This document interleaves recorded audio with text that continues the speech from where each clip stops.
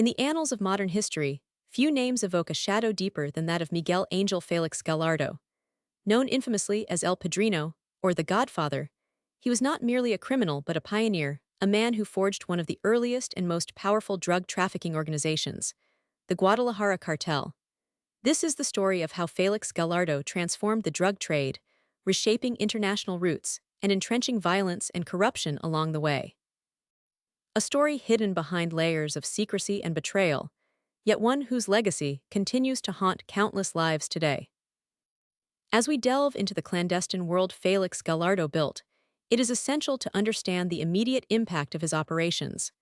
Picture the 1970s and 80s Mexico, a country ripe with opportunity for illicit enterprises, but still scattered, fragmented.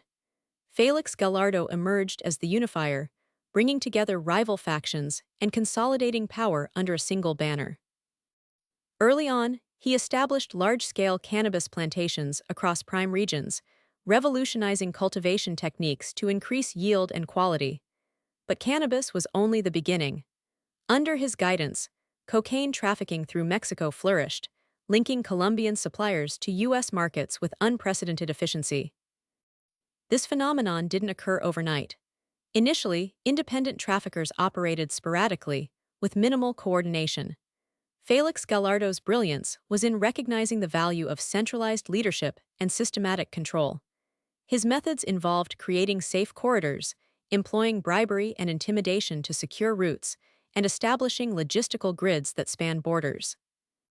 These routes were heavily guarded, not just by muscle, but through intricate networks of informants and purchased loyalty within law enforcement and government agencies.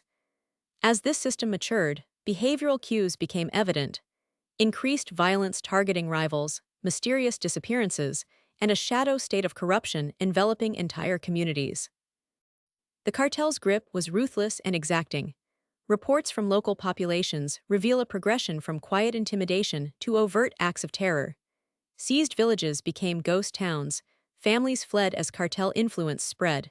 Yet, such brutal actions were often met with official denial. Authorities downplayed the severity of these networks, attributing killings to random violence or personal vendettas. It was easier, they claimed, to dismiss the rise of drug lords as peripheral criminality rather than systemic organized crime. This denial further enabled Félix Gallardo's operations to expand unchallenged. Among the most chilling pieces of evidence emerged from intercepted communications and testimonies after his arrest. A revealing case involved the coordination of cocaine shipments concealed within legitimate business imports, from truckloads of avocados to furniture containers, all seamlessly crossing checkpoints usually controlled by corrupt officials in the cartel's pay. Witnesses described a labyrinthine operation where even the Brazilian cocaine supply was funneled through cartel hands, diversifying their market reach beyond borders. This multinational web of trafficking left a trail not just of drug debris, but of broken institutions and shattered families. But Félix Gallardo was no accidental mastermind.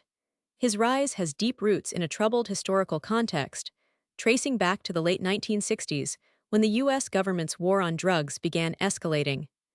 Mexican officials, sometimes inadvertently, became complicit in shaping the cartel's growth by focusing enforcement more on street-level crimes than on dismantling trafficking infrastructures. Declassified documents reveal covert arrangements and negotiation attempts between American agencies and Mexican counterparts, aimed at controlling drug flows rather than outright eradication. Within this murky milieu, Félix Gallardo exploited the cracks, positioning himself not just as a criminal kingpin, but as a shadow broker amid shifting political landscapes.